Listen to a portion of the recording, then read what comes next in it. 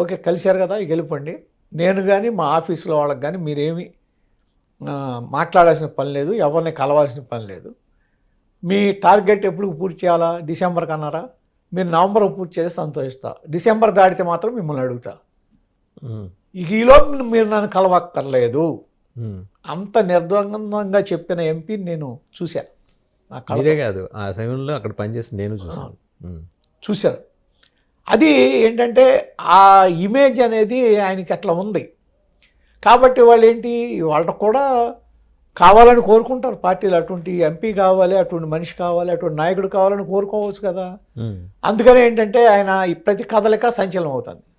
అట్లాగే మొన్న జరిగిన దాని మీద అయింది. ఏదో కొన్ని పేపర్లో ఇట్లా జరుగుతుంది, బీజేపీ ఆఫర్ ఇచ్చింది, అదని ఇదని ఏదో రాశారు. నాని చుట్టూ ఒక 360 డిగ్రీస్లో కొన్ని ప్రశ్నలు ఉన్నాయండి. సరే, ఆయన ముక్కు మీద కోపం అనే మాట పక్కన పెడితే ఏంటంటే ఏదన్నా ఉంటే మొహమాటలు లేకుండా చెప్పేస్తండి. ఏబి వెంకటేశ్వరరావు గారికి ఆయనకి ఎక్కడ చెడింది? ఇక పార్టీ మొత్తం చంకనాగిపోవడానికి ఏబీఏ కారణం చెప్పి ట్వీట్ కూడా పెట్టాడు కదా. అంటే ఒకటండి, ఆయన ఒక విధంగా చెప్పాలంటే ఆయన దాన్ని ఏమంటామంటే మనం బేసికల్గా అంటే ఆయన వ్యక్తిగతంగా రాజకీయ నాయకుడు కాదు.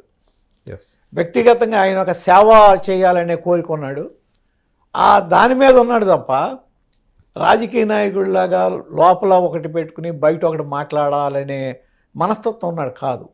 దాని మూలన ప్రజలు కొన్ని లాభాలు ఉన్నాయి. ట్వీట్ పెట్టే బదులు నేరుగా వెళ్ళి చంద్రబాబు గారికే చెప్పొచ్చు కదా. అది ట్వీట్ పెట్టండి దీనికి. అదే కొన్ని లాభాలు ఉన్నాయి, కొన్ని నష్టాలు ఉన్నాయి. అవసరమైన దాంట్లో ఇప్పుడు ఈ విధంగా బయటపడాల్సిన అవసరం కూడా లేదు. మీరు అన్నట్టు కొన్ని మనకు అనవసరమైనవి మనం బయటపడక్కర్లా. కానీ ఏంటంటే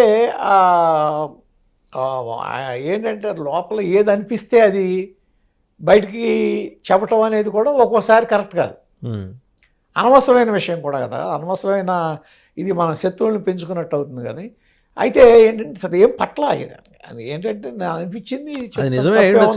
వెంకటేశ్వరరావు గారి రాంగ్ డైరెక్షన్లోనే మొత్తం తెలుగుదేశం పార్టీ లాస్ అయిందనేది నిజమే ఉండొచ్చు. కానీ ఈయన చెప్పడం వల్ల ఏంటి, ఏబీకి ఈయనకి గ్యాపు, తెలుగుదేశం పార్టీలో ఏబీ గ్రూప్కి మధ్య ఈయనకి మధ్య గ్యాపు, ఇలా ఆ గ్రూప్ అనేం కాదు అసలు, అది అనవసరమైన వివాదాన్ని సృష్టించుకుంటాం. అది అటువంటి కొన్ని ఉన్నాయి.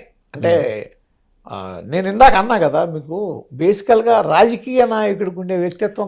ఒక సామెత ఉంది కదా, సత్యమైనా సరే అప్రియమైతే చెప్పమాకండి. అవును, అది అప్రియమైతే చెప్పొద్దు, లేకపోతే చెవిలో చెప్పండి అనేవాళ్ళు. ఇది రాజుకి ఏదన్నా మీరు విషయం చెప్పాలంటే చెవిలో చెప్పండి అనేవాళ్ళు. కానీ నేను బహిరంగంగా చెప్పడం అనేది కొన్ని కొత్త అంటే